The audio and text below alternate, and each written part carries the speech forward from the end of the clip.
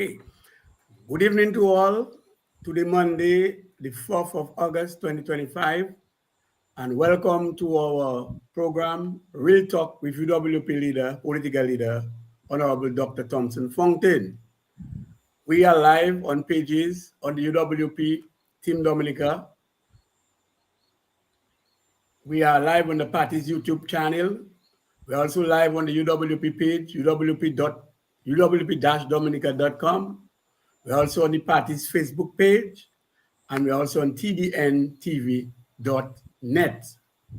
So tonight, we will be looking at the budget address and responses where applicable from the political leader in areas that we feel necessary to touch on, but that will be intertwined with our, 10 pillars, 10 pillar areas that are necessary to hype this to hype our economy, and knowing that we have Dr. Thomson Fontaine, who has the experience with respect to treating economies the way they're supposed to be treated and restoring economic growth and bringing economic prosperity where applicable. We expect nothing less from him. So before I begin, let me just get some information with respect to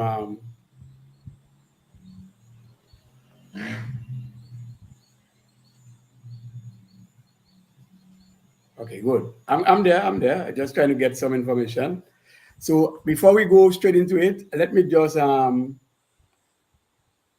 read a small bio of Dr. Thomson Fontaine so that the listeners will be aware as to who we are speaking to. Many of you may have known him, but just for his work, in terms of his work, what he has done before. So the short bio of Dr. Thomson Fontaine is, Dr. Thomson Fontaine is the current political leader of the United Workers' Party, an international economist, consultant, providing consultancy services in the areas of debt and public finance management and fiscal and monetary economics to governments in the Caribbean, Africa, and Asia. He worked for 14 years as an IMF economist and for 7 years served as the head of strategy at the Joint Monitoring and Evaluation Commission in Juba, South Sudan, and organizations charged with monitoring, evaluation and oversight of the peace agreement in that country. A former high school teacher, he has also lectured graduate and undergraduate students in economics, finance, mathematics, and statistics at the University of Maryland, University College, Clemson University, and Limestone College in the United States, and the University of the West Indies Distant Learning Campus, and the Dominica State College, formerly known as Dominica Sixth Form College. Dr. Fontaine holds a PhD in financial and international economics with an outstanding career in academia, with his research and academic papers having been published by the International Monetary Fund and the Harvard International Review. His topics of research include currency crisis, debt management, economic growth, and governance revenue management. In 2002, he published his first book, The Maroons of Dominica, 1764 to 1818, Resistance, Rebellion, and Freedom from Slavery. So this is the individual that we are going to introduce you to. And just before we get into the height of it, Dr. Thomson Fontaine, welcome to the program, Real Talk. And so I leave you now with your short introductory remarks. Yes, thank you. Thank you very much. Indeed, it's great to be with you. And I certainly appreciate this introduction. Thank you very much for having me, tonight and on this program. And let me just say a very good night to all of you that are joining us. It is indeed a pleasure to be with you and to begin this weekly Monday night program, which will run from 8 o'clock until 9 o'clock every Monday, where we will talk about the issues that are impacting Dominica. The more I spend time in Dominica, the more I move around the ordinary people, I begin to get a very good appreciation for the pain and the suffering that the majority of our people are going through in Dominica. And so a lot of what I'll be talking about, I think it will be coming from that place where it's a hopeful place, but one that is filled with a lot of trepidation, a lot of pain because our people are suffering. I mean, people are having a very difficult time in Dominica making ends meet.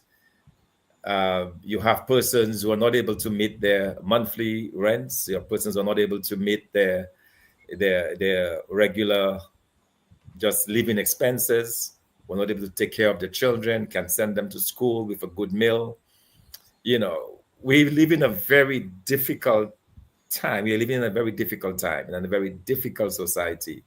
And so a lot of our discussions will be focused on how we can move Dominica from where we are now in a place of despair, a place of lost hope, a place of very, very, very bad governance, and how we can transition from that very bad place that we're in to a better place, a hopefully better place where governance is a lot better. We have a government that is responsive to the needs of the people, where we have a government that is truly interested in the well-being and the welfare of our people, not just our supporters, but every single Dominican. You know, how we can address the housing problem that we have in Dominica, this issue of people not being able to make ends meet, very low wages in the country, public servants who are working without ever getting either appointed or getting their just rewards. You know, I'm learning of individuals who are working with government making $900, you know, sports officers and so on. So we're in a very difficult place. And so this program is a way of being able to interact with you. And I believe importantly for me and for us is to be able to interact. And I really want to say a very big thank you to our PRO, So Coffee. I also want to say a big thank you to the National Executive of the United Workers' Party that continue to stand together with me in this, because we are all in this together. To the caretakers, to the executive members, we just want to say a very good night to all of you and a big thank you, you know, for the support and the encouragement that you continue to give. It is very important as well to say a big thank you to all those behind the scenes who are giving support, technical and other support. And I'm sure they would not like the names we mentioned, but they're there. And I just want to acknowledge you. Thank you so much for being very much a part of what we are trying to do. And so tonight, we will be looking at the budget. That's what we'll be starting with. But in the weeks ahead, we'll be taking our time to actually go through the whole issue of the 10 pillars. You know, I think it's very important that people understand what those 10 pillars mean. And for those of you who obviously are not able, as also indicated, you don't have Facebook, but you can view us on our website, uwp-dominica.com/live-streams. You will find us there. You'll also find us on YouTube, on Facebook, all the social media platforms we are occupying tonight, Push Past 10, TDN TV, net. So we are everywhere. And so we are truly looking forward to that time of discussion, you know, because after all, you are with us tonight because you care as much as we do about the future of this country. And that's where this whole thing is about. It's about caring for Dominica. It's about committing our time, committing our effort, committing our energy to this country. And so I really want to begin with just gratitude and thanks to all of you that are joining us on this inaugural meet.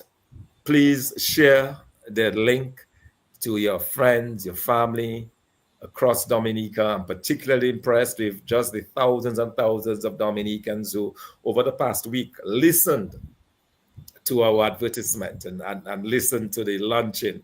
And already we are seeing evidence of the countless of you that are tuned in tonight. So I'm tremendously thankful for you, and looking forward to a really great discussion on the budget. So that will be our starting point tonight. Yes, thank you, Doc, for your short introduction. And let me just say to those listening via the various social media platforms that they will have their say to make their comments. And so Doc will be talking for a few minutes, and then we will take a break and then interact with you with respect to you take section your comments, and it will be related to Dr. Thomson Fontaine so that he can answer to the various questions. But let me just say, Doc, that we are actually going to primarily focus on the budget. And it is customary that every year government or the government of Dominica presents, annual budget. Fiscal year comes to an end and there's a new budget coming up. And Doc, to be honest, this year the budget among for both recurrent expenditure and capital expenditure amounts to $1.3 billion Eastern Caribbean dollars. But also too, we have noticed that in recent years that the same budget that we're talking about has been falling short with respect to implementation. What is your impression of this year's budget estimates? All right. Thank you very much. Thank you very much for this. One of the things that, and I'm glad you brought that up even at the outset, we have a budget process in Dominica that, quite frankly, is not a really good process, in the sense that we have annual budget processes. Most countries have a 3-year budget process where the budget for 3 years, in that way you have continuity, in that way you can build in longer term projects and so on. My difficulty that I have with this budget is that it claims to be a $1.2 billion budget, but if you look at the previous years in terms of implementation, we always fall short by about 30 to 40% in the budget. So the question is, why do we continue to maintain a budget level where we know full well we are not able to either gain the resources, or if we do have those resources, we're not able to do the implementation? Part of it has to do with the government believing that they can be in a position to talk about a $1 billion budget. It sounds good. We have a $1.2 billion budget, but by the end of it, we barely go past 600 million or $700 million. Now, the budget is critical in the sense that it should serve as a signal.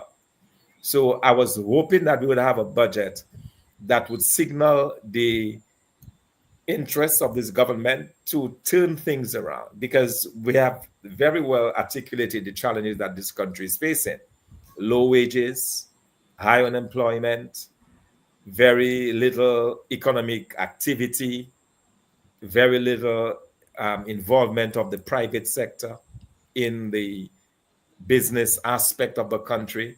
So the challenges are very well known.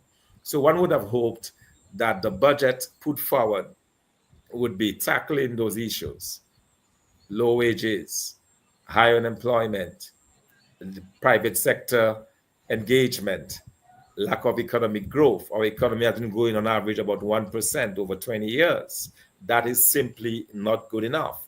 So one would have hoped that the budget would have been able to address some of those critical issues. But we don't see that. Instead, we see a budget that's very much the same as it was last year, with some more promises. All right. The issues we talked earlier as well about the very high cost of living in Dominica.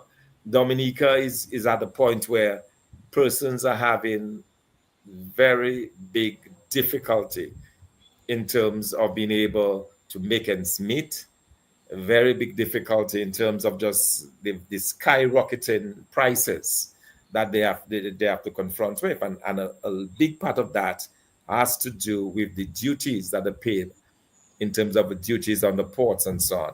The question is, how do we deal with those issues? And I did not see a budget that adequately addresses the issues of concern, which tells me that we can expect more of the same.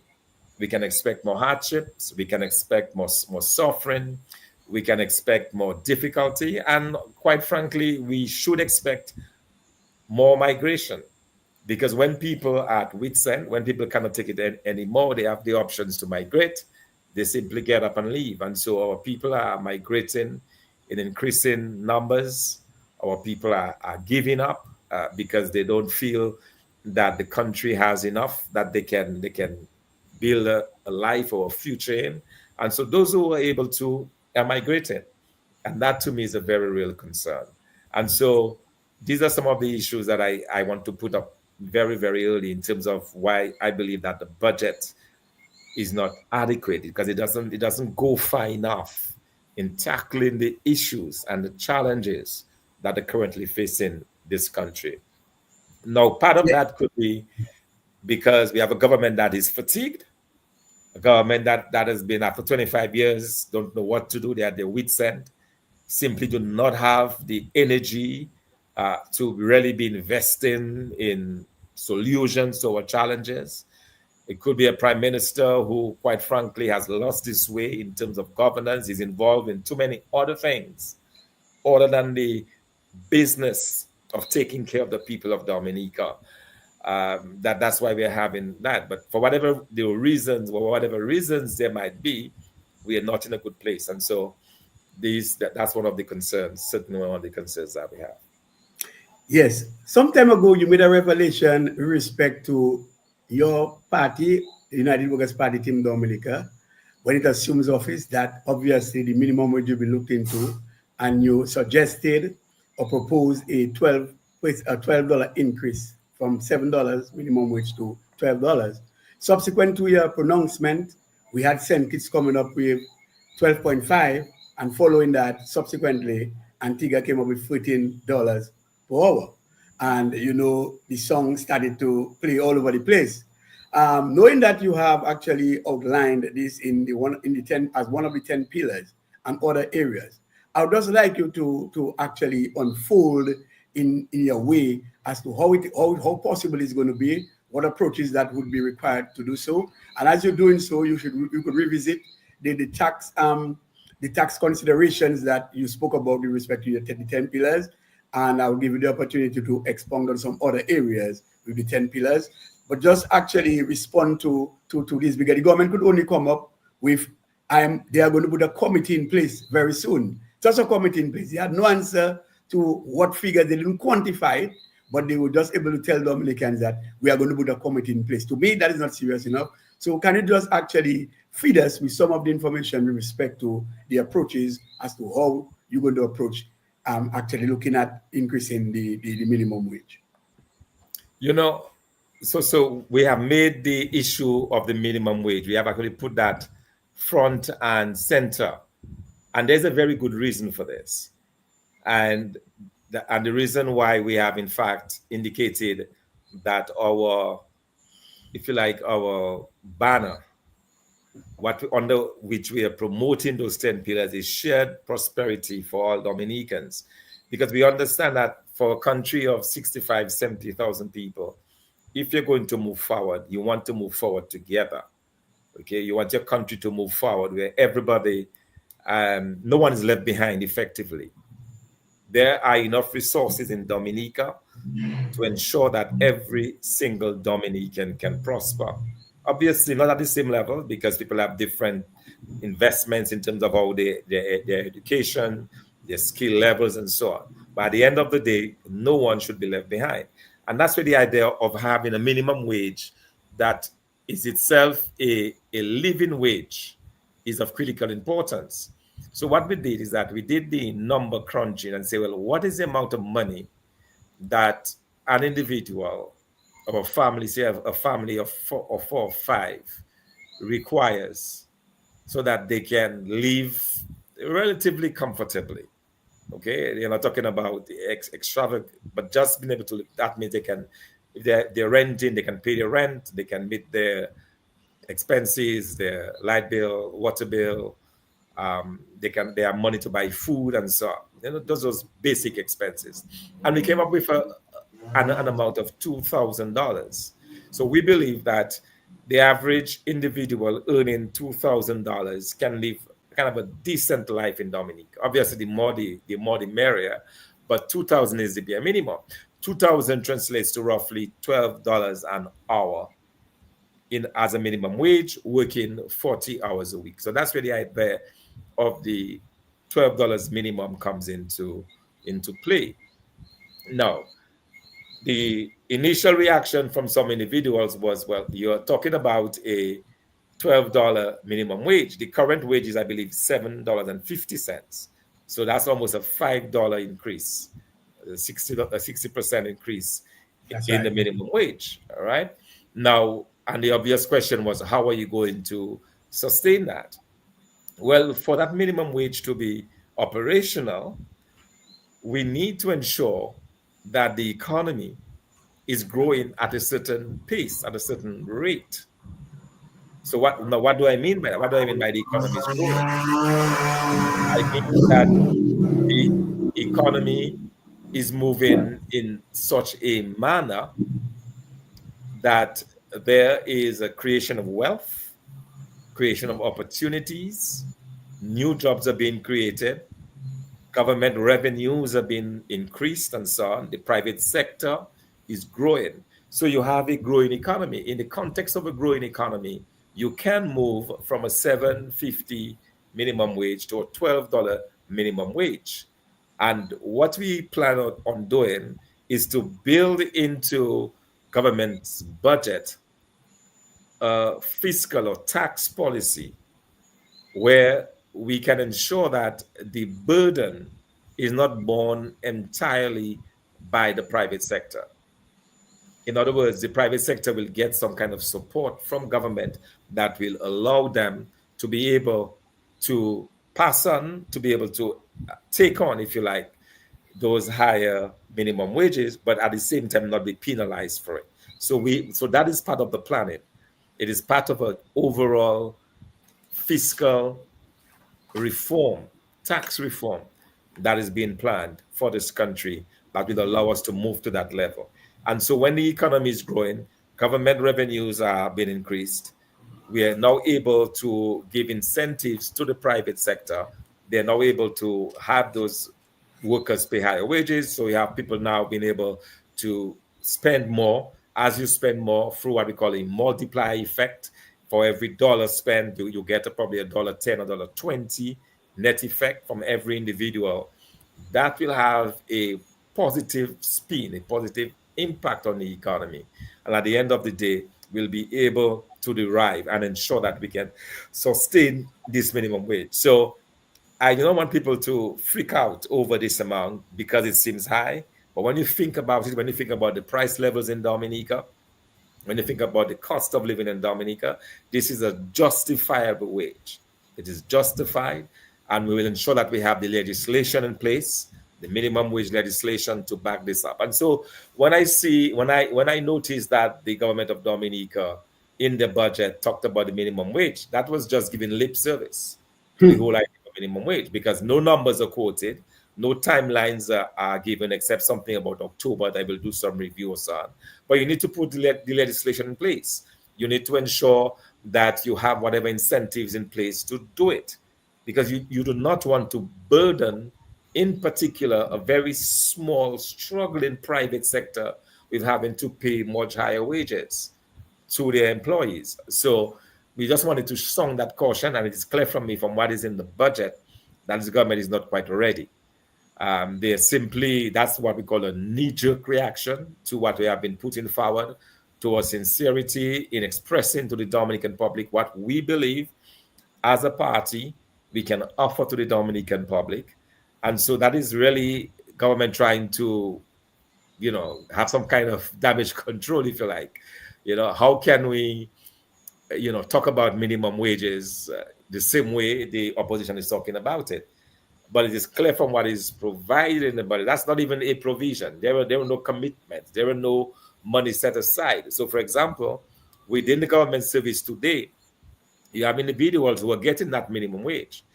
If the government were to increase the minimum wage, it means that a few hundred, possibly 1,000 individuals within the public sector would now qualify for higher wages. Higher wages.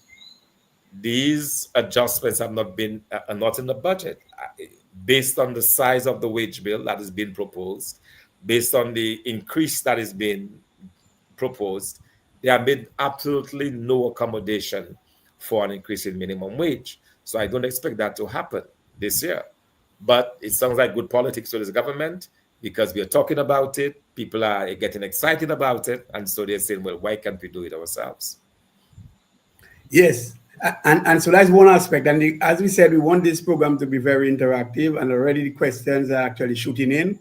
And one person asking, what are some of the taxes or the taxes, tax incentives that you and Team Dominica, are hoping to bring forth to talk to the people? And it's justified because you can just correlate that with, because you have spoken about one aspect of the minimum wage. Now the other aspect where the public is looking forward towards tax reform, and so maybe that question is timely. Yes, sure. In terms of what kind of tax incentives that we're looking at. So, at the heart of our policy is just that. Okay. At the heart of our policy is to have a tax, if you like, as they call it, a fiscal reform, tax reform that will tackle some of those issues. So let's look at the challenges that we have in Dominica.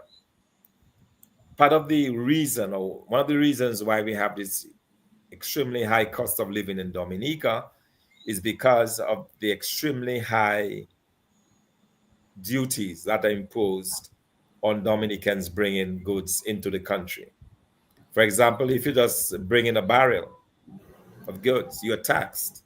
Personal effects, you send somebody in the diaspora sends a barrel to the family in Dominica, with some rice, some sugar, a little Ovaltine and so on, and they're charged very high rates at the port for that. Most of our items imported into Dominica attract duties of 25, 40, 60%. Vehicles attract duty of 140% currently. And under this new budget, that will rise even further to probably 160%. Okay, so we have a situation where our cost of living is in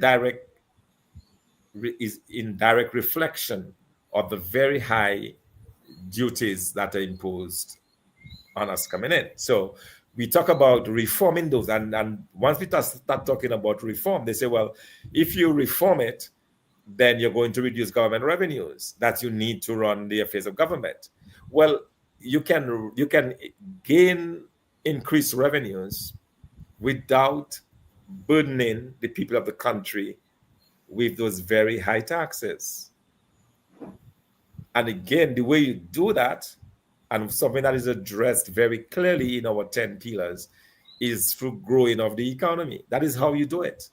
How you remove this high tax burden on individuals is that you grow the economy. You allow economic growth to take place. You allow the economy to grow by 5, 6, 7% every year. And in so doing, you can generate enough revenues for the government. So part of it is to ensure that those rates are brought down. In addition to that, you want your taxes to serve as some signaling device. So one of the things that we want to encourage is home building, because we believe one of the ways that you keep people in the country is if they have their own homes. If people are able to build their own homes and have decent jobs, they're more likely to stay in Dominica.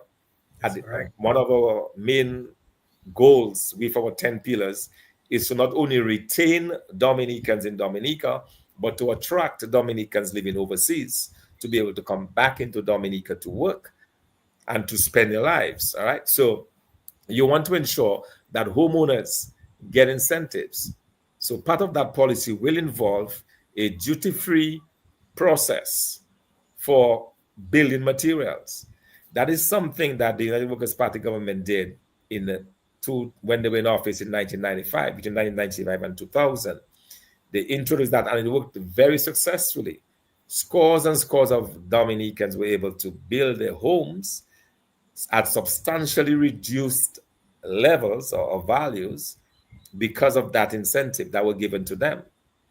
All right. So that will be part of it.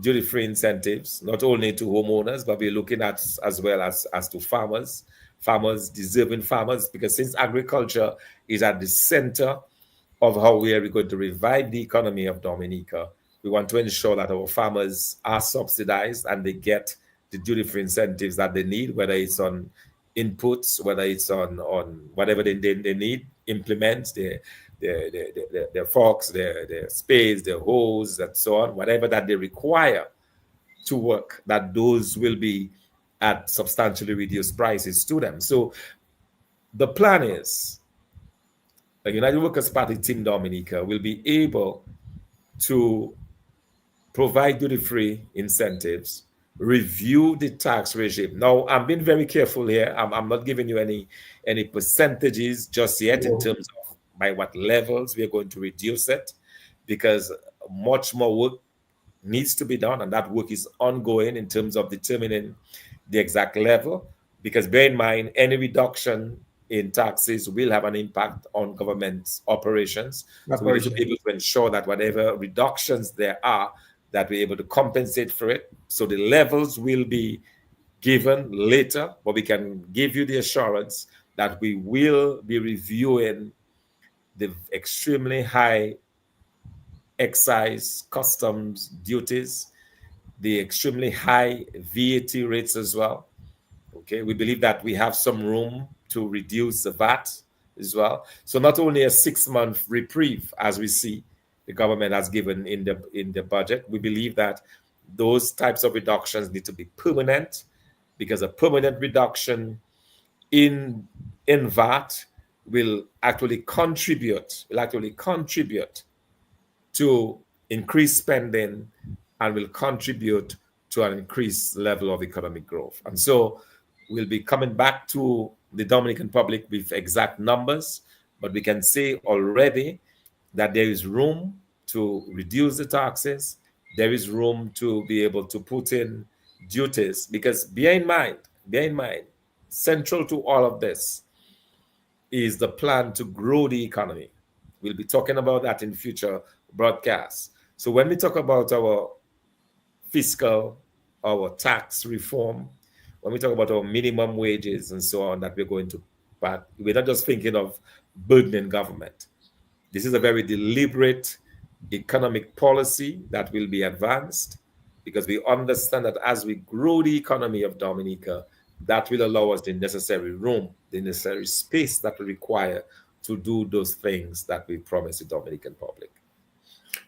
Yes, and so it comes to that point now, because just like you have the pitch lake in Trinidad, they can exploit the asphalt and export it. Just like you have the Gulf states or the Arab states, they can boast of their oil. And so we have a lot of resources ourselves in Dominica, our water resource and even our geothermal resource. And one of the things that you have been talking about, and the 10-pillar plan has been, pointing to, is the whole idea of turning into green energy. As we speak, we actually operate on part hydro and part, diesel powered for our generation of electricity. And I know, you are adamant in knowing that we can explore more of geothermal. I mean, we know now a 10 megawatt plant is on the way, and we hope by then it will come to complement the grid, and so put us lower down in the fuel, like to reduce our dependence on probably fossil fuel going forward. So one question again coming, how do you plan on bolstering and using Dominica's sources to its full potential that can it turn in benefit to the people of Dominica? So that's a question coming from the platform. But I just wanted to make sure that it is correlated with some of the plans that you talk about. No, that is an excellent question. And when every time, as an economist, when I hear about resources of Dominica, I get excited.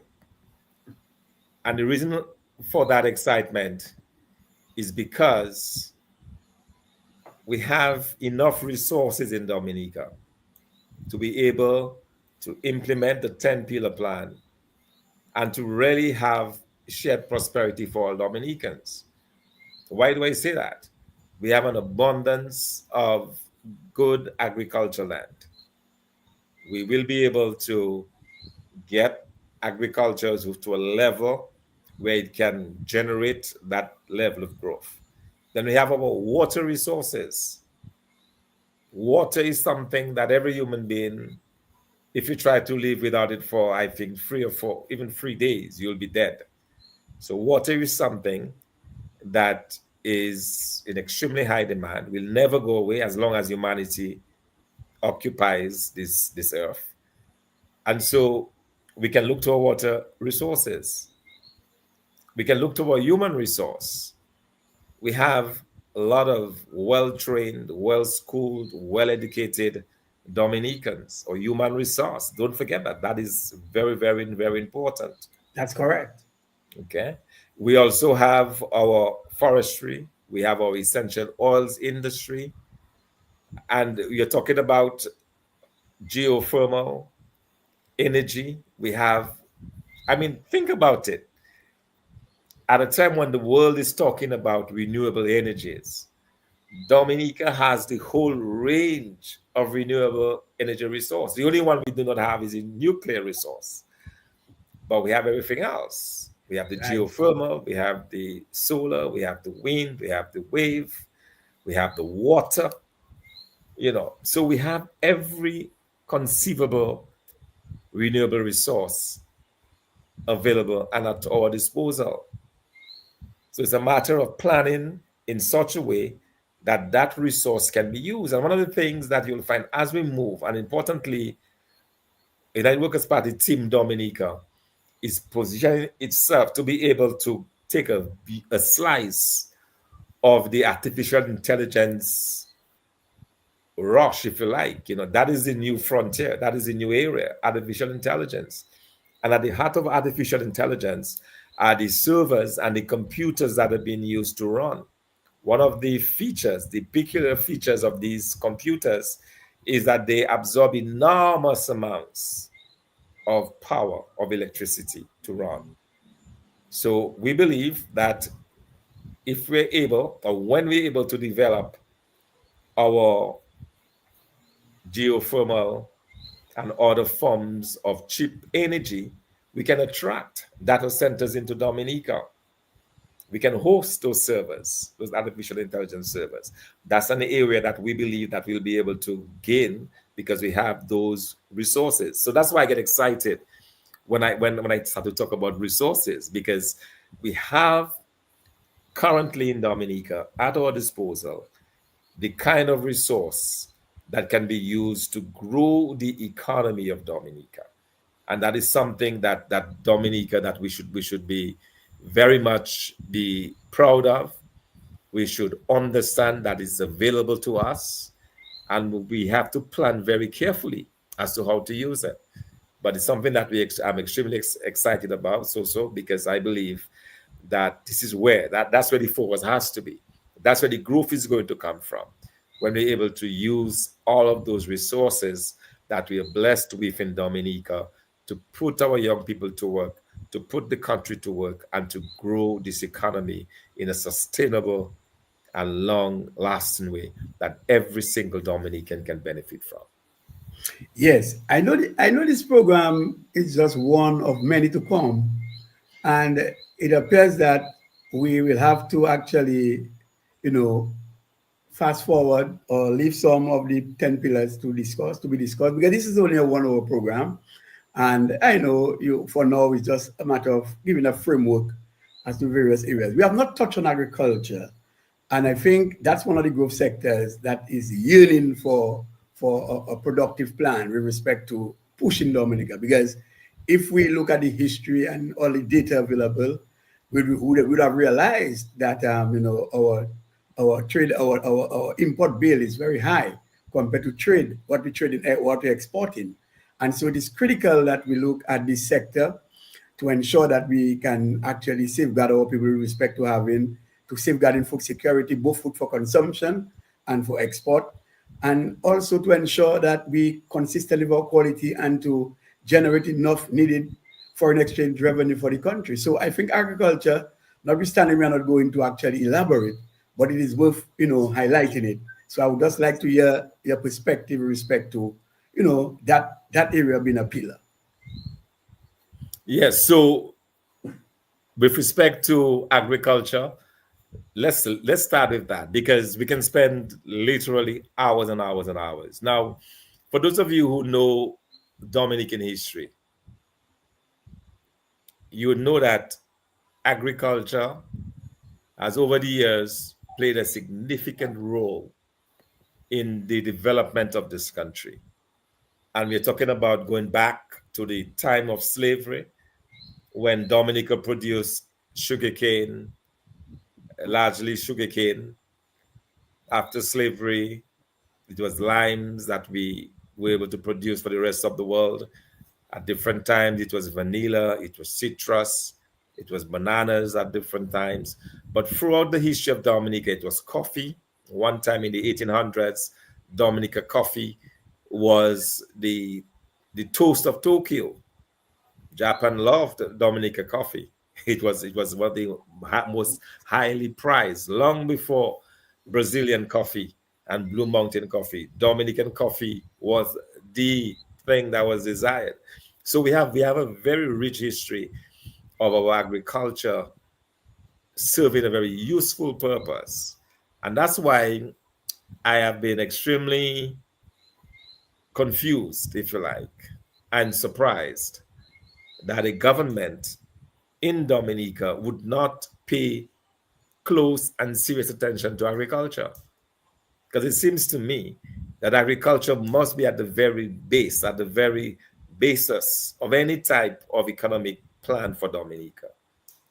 Because we have the abundance, although we're just 30 miles long by 15 miles across, but we do have enough to be able to produce because we did it before. We supplied the world with lime, we supplied the world with bananas, we supplied the world with vanilla, we supplied the world with cocoa, with coffee, with sugar cane. So we've done it before, and it's the same piece of land. All right. So agriculture therefore becomes front and center of any plan to grow the economy. Now, how we are going to do this? I noticed, for example, that in this budget, this government budget, they have assigned only $40 million to agriculture, $7 million to pay the minister, the persons in the ministry and so on, and another $23 million for so-called capital, probably to That's buy right. plants and trees and so on. A bill of 2 feeder roads that they've only mentioned 2 feeder roads when we have hundreds of feeder roads that needs to be repaired in Dominica. Only That's two a feeder fact. roads, Right. in this year's budget. So it seems to me that that is too little and it will not do anything significant.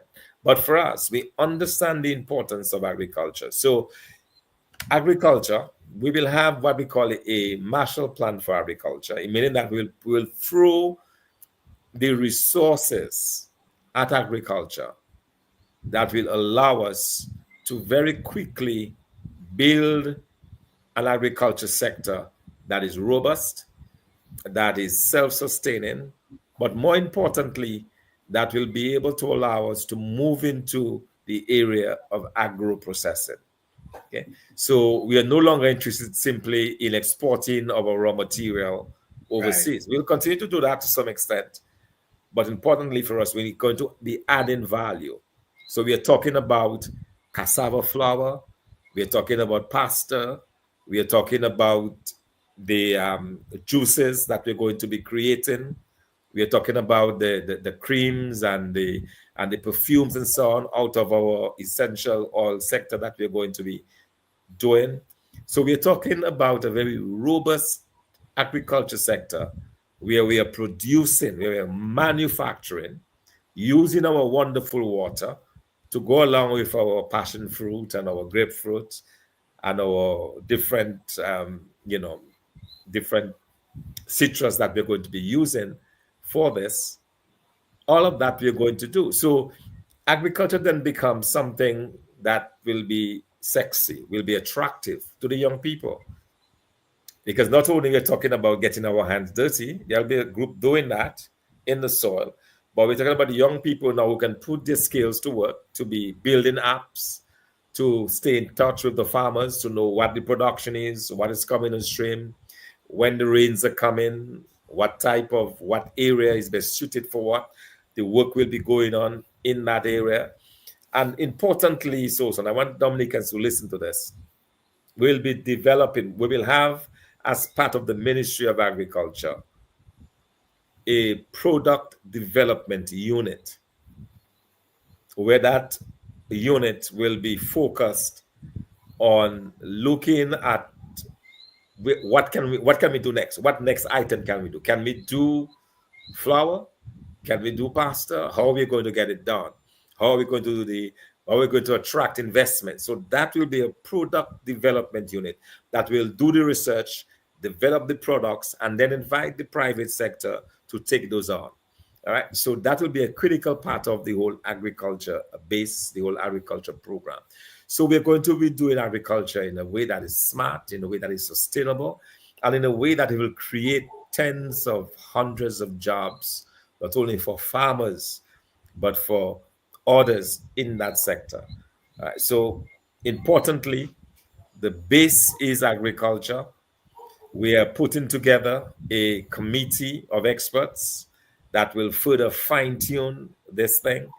Okay, so that when we are ready to deliver, we are going to deliver based on the best advice, the best minds, the best thinkers in that area. All right, we will be able to depend on these individuals and those experts in those areas to come up with the finer print. So we have the broad ideas right now, but the fine tuning will take place by those professionals in that area, that group that is being worked on now, that will be set up to be able to do that. So I want to show the Dominican public tonight that agriculture will get the attention that it deserves. Agriculture will lead the way in the economic revival of Dominica. Agriculture will create thousands of jobs for the Dominican public and for others who will be coming from overseas, because we may need to augment the labor force. That is something that we have to look into. We may need to augment the labor force, but we know how that is done. We've done it before.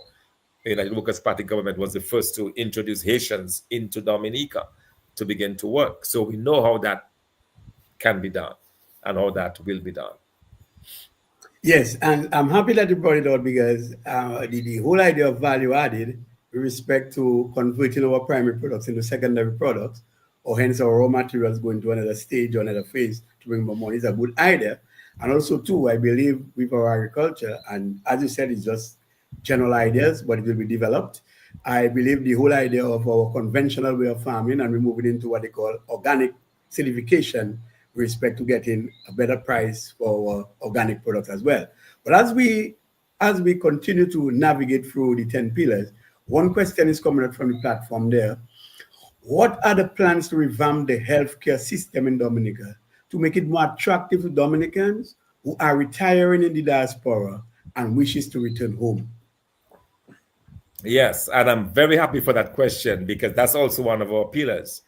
Because we understand fully that if we are going to be effective in attracting Dominicans living overseas back to Dominica, the healthcare must be addressed, must be.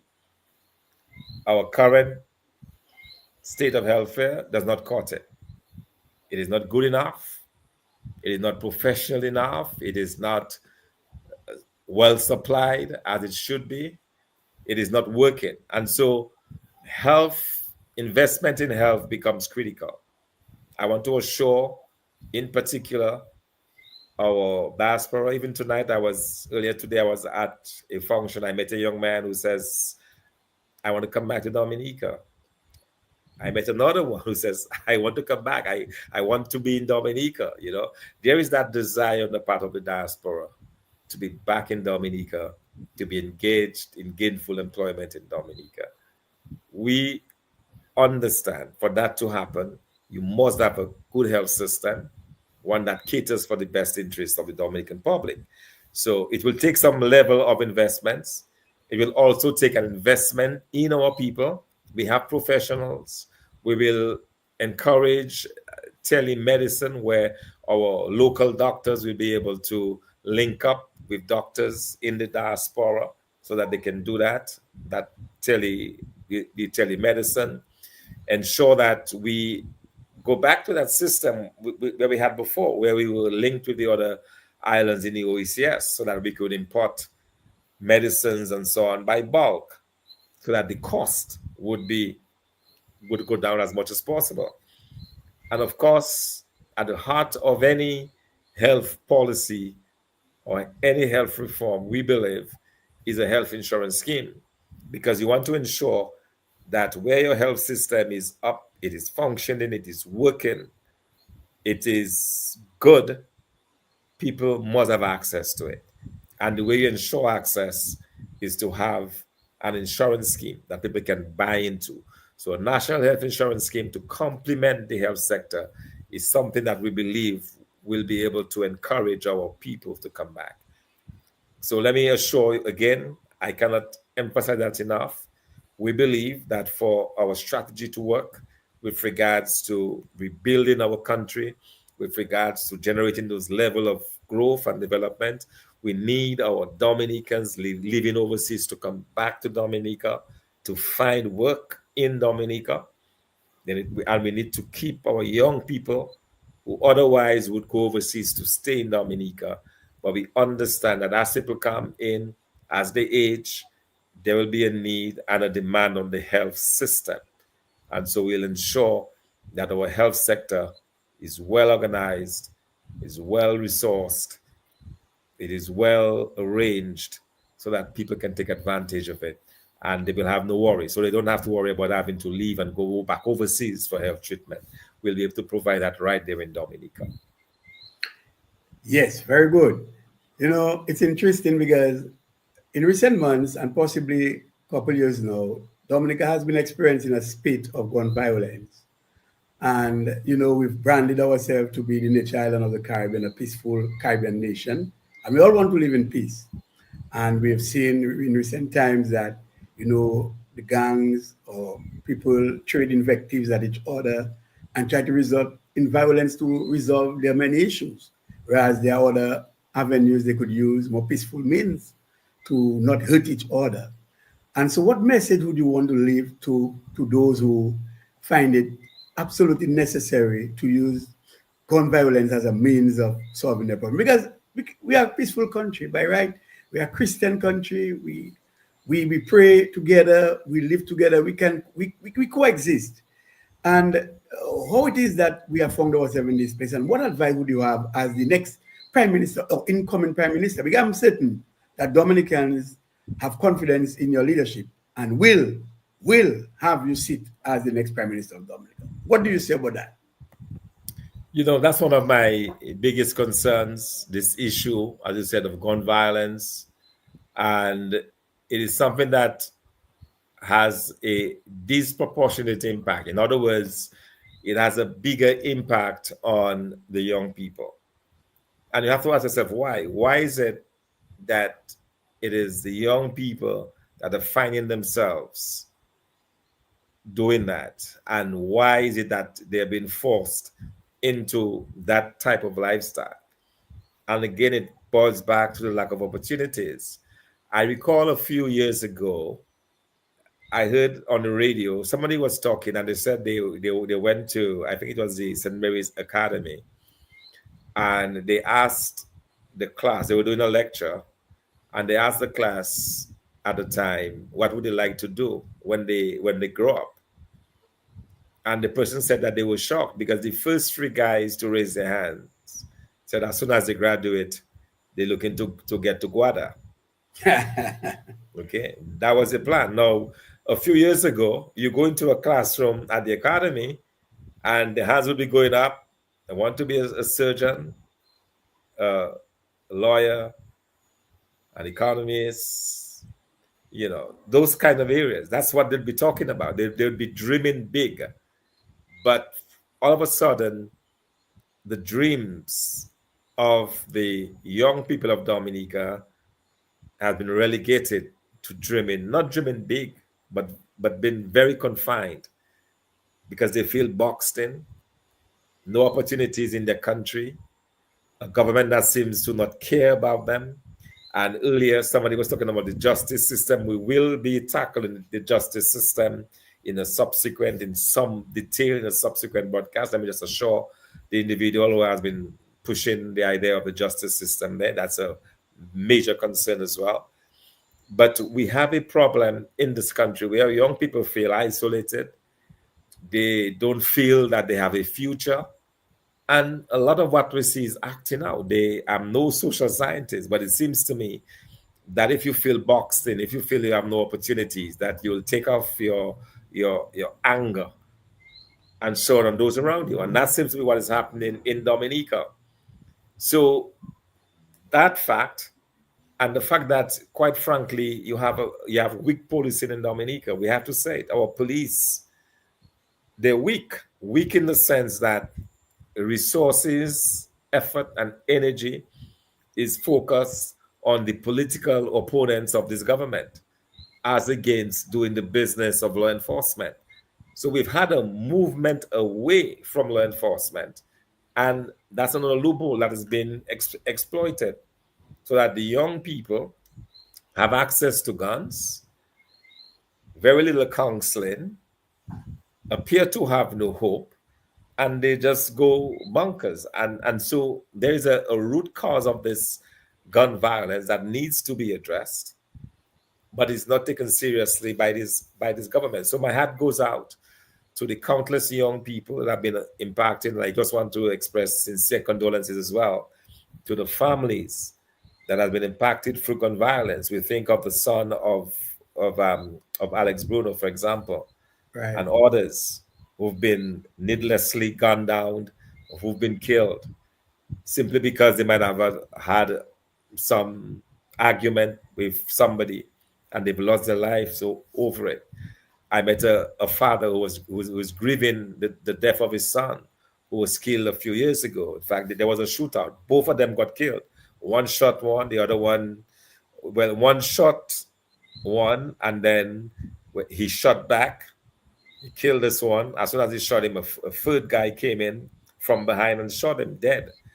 So you had two young men dying in one night through gun violence. So families are hurting, families have lost loved ones, and there seems to be no end in sight to that problem. So that is something that we absolutely have to tackle. But I also believe, and I believe very firmly, that if you're able to provide opportunities for young people, that they understand that you don't have to go the way of drugs, you don't have to be selling drugs to live a good life, that you can live a good life by working hard in a good job.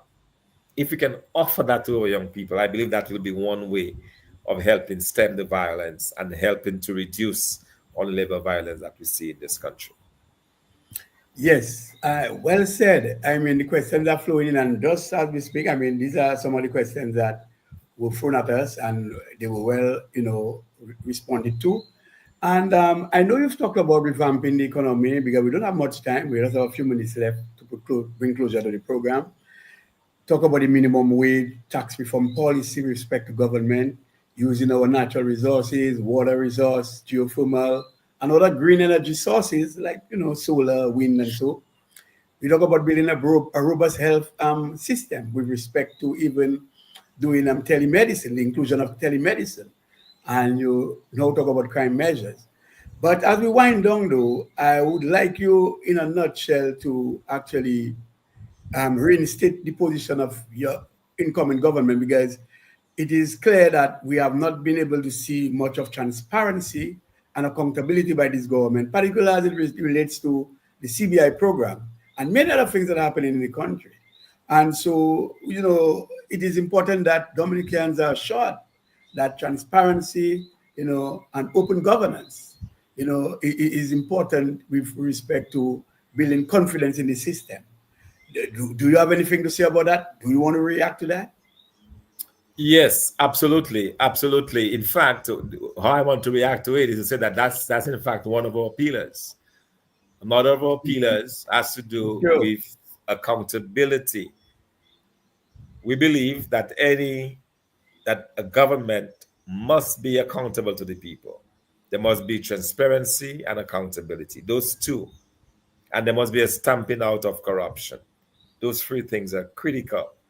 And so, as we position ourselves to take over the reins of government, we believe that we must have a government that is transparent and open to the people of Dominica. Government that will not take the resources of the country unto itself. A government that will not work on ensuring that just a few benefit and the majority sue sell. We want to ensure that a government is transparent with the handling of the finances of the country. So no more, none of your damn business. No more telling people go to hell when they ask legitimate questions of government as they should. No more frivolous overseas trips. No more renting of $64,000 mansions whilst the people of Dominica are catching hells. These are the way we believe that we will be responsive and can be responsive to the people of Dominica. If there's going to be a sacrifice, it has to be shared sacrifice. It cannot be that one set of doing the sacrificing and the others appears to be benefiting. One set getting 30% salary increases and the others cannot even get a 0% increase. So we have to ensure as a government that that is maintained, and that's what we're offering to the Dominican public. That is our word to the Dominican public, that we will be accountable, that we'll be forthright in our dealing with the Dominican public. We will, of course, investigate the CBI and where those resources are and do everything possible along with what we're doing now in the courts to ensure that there is accounting for those resources and ensuring that those monies get back into Dominica's treasury. So there's a lot of work to be done, but we are out of time, and we promised that we would keep this to within the hour. And I realize that we have already gone past. Yeah, but just one quick question, and we're going to really close it up. Someone is asking, will a 2-week pay be considered instead of monthly? And that would put us down off on questions. No, that is something that we absolutely have to consider, because when you move from month to 2 weeks, there are lots of benefits. Even, for example, someone who pays their mortgage every fortnightly, they're able to cut off years from the payment as against paying monthly. So that is there. It has a lot of advantages to it, but that is something that we absolutely must look at. And also, if you increase the flow, what we call the velocity, the flow of money in the system, that can also have a big part to play in terms of what we talked about earlier, the multiplier impact. Part of that has to do with the velocity, the speed at which money circulates in the economy. So a fortnight as against a month is something to look at. Obviously, we'll need to look at what are the impediments. Why is it not been done even now? But that is something that our government is certainly prepared to look at, because we believe that there are huge benefits to be had from having a system where you get paid every fortnight as against being paid on a monthly basis. Well, yes, and I really like to thank everyone for tuning in, because tonight's our first program. Every Monday we commit ourselves to be here with you from 8 to 9, and we can be viewed at the UWP Team Dominica page, Facebook page, UWP at UWP Team Dominica at UWP Team Dominica. Participate the party's YouTube channel, the UWP page, uwp-dominica.com, the party's Facebook page, TDN, TV.net, and Push Past 10. I really can't get that one, Push Past 10 Media. And also, if you would like to join us with using your own page, that would be facilitated as well. But Doc, as we just put on the curtains on this program tonight, I would like you to do your closing remarks to emphasize on the reconfirmation process that is soon to begin on the 1st of September. So we want to thank everyone for tuning in, but your final comments as we close down this program tonight. Yes, so I just want to start by saying a big thank you, to the, quite frankly, I suspect thousands of people who tuned in tonight. Oh, yes. In terms of the viewership and so on. And I'm really thankful that people are listening, that they're taking the time out of their schedules to listen to us, to interact with us. And we do have someone asking a question about our fisheries. We'll tackle that. Next program. Yeah. In our next program, we will be tackling that. in the next program. And so all of that is definitely coming up, and we are really excited. We're really excited about that. But I also wanted to say as well, for those of you who are viewing, let me encourage you to support the United Workers' Party financially. We need your financial support. There is work that needs to be done here on the ground. There are projects that we need to undertake to not only better our chances of winning the election, but also, quite frankly, to help those who need help. There are things that we need to do as a party, but we need financial support. And I'm not ashamed, I'm not afraid to ask for your financial support. If you're in Dominica, you can always turn that support into our party's office. If you are viewing from overseas in diaspora, you can do so quite safely, unanimously. You can do so by donating online. Simply go to our website, uwp-dominica.com, uwp-dominica.com, and there is a donate button that you can donate with your credit card or your debit card, whichever means that you choose. You could also set up a recurring monthly deduction, whether it's $20, 40, 50, whatever it is that you can afford. We need that support because there's a lot more as a party we need to be doing on the ground, but we are kind of hamstrung because we don't have the resources at this point. But we believe that with your help and with your support, we'll get those resources, and that's why I'm making this appeal tonight. So as we close up, let me just remind you as well that the confirmation process begins on the 1st of September. So within 1 month, we'll have the confirmation, and every individual needs to get confirmed. We are still waiting to hear from the electoral office what form of identification will be required. But in the meantime, if you're able to get a driver's license, a passport, and other government issued ID, I would encourage you to do that so that when the process begins, you'll be able to confirm immediately. Every individual who is currently on the voters list will need to confirm their name and their address on this voters list. So make sure you make use of that opportunity to confirm. It's happening. It's starting on the 1st of September, and we are waiting further instructions from the electoral office. So again, a big thank you to all of you. And I want to, I'm ending, but someone sent a quick question. I'm just going to respond very quickly. It says, yes, I saw it myself about the money, yeah? Why should we put our money? Yeah. I don't believe that there is any attempt to prevent Dominicans living overseas from voting. Those who qualify absolutely are welcome to vote. And bear in mind, even if you're living overseas, you may have an interest in Dominica. You may have family members who are living in Dominica.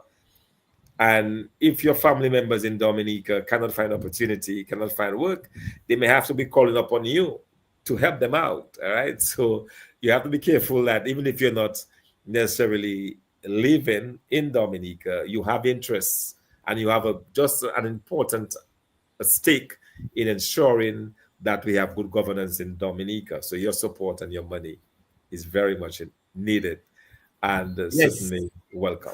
All right. So yes, let me just say, absolutely. This has been Real Talk with Dr. Thomson Fontaine, our first social media platform, first edition. We appreciate your comments. We appreciate your participation.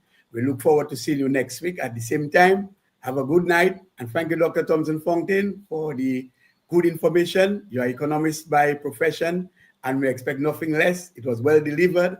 The patrons are liking it. And everyone says, come again, come again. They will put their money. They will put their money. They want to see good things. So let me thank you again for this program. Looking forward to continue this program next week. Have a blessed night. May God bless. God bless you. Have a good night. Thank you. See you next Monday, same time.